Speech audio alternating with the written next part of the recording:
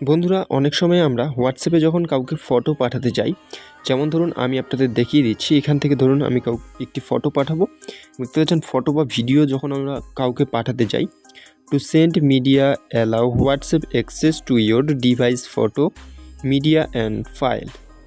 তো এখানটাতে আমাদের কি প্রবলেম রয়েছে যার কারণে আমাদের ফটো বা ভিডিও আমরা পাঠাতে পারছি না। সো আমি আপনাদের সম্পূর্ণটাই বলবো, আর এই প্রবলেমটি আমি আপনাদের ফিক্স করে দেখাবো খুবই ইজি প্রসেসের মাধ্যমে। সো বন্ধুরা, সেজন্য আপনার দেখতে হবে আজকের এই পুরো ভিডিওটি। সো বন্ধুরা, চলুন শুরু করা যাক ভিডিওটি বেশি কথা না বলে।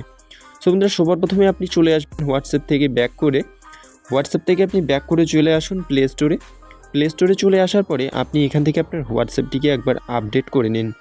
সো আমি আপনাদের দেখাচ্ছি হোয়াটসঅ্যাপটিকে আপডেট করে। সো হোয়াটসঅ্যাপের উপরে ক্লিক করলাম, আমাদের হোয়াটসঅ্যাপটিকে সবার প্রথমে আমরা আপডেট করে নেব। সো দেখতে পাচ্ছেন হোয়াটসঅ্যাপটি কিন্তু আপডেট হচ্ছে।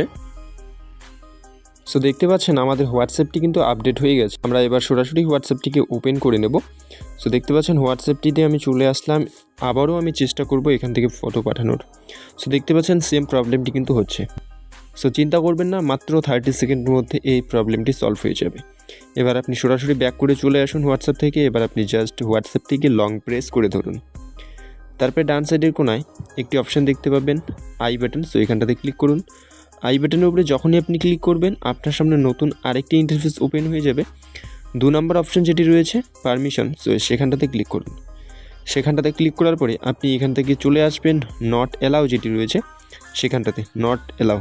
সো উপরেরগুলো সমস্ত পারমিশন কিন্তু অ্যালাউ রয়েছে, আর নিচের এই অপশানটি কিন্তু অ্যালাউ নেই। সো এখানটাতে ক্লিক করব আমরা অ্যালাউ।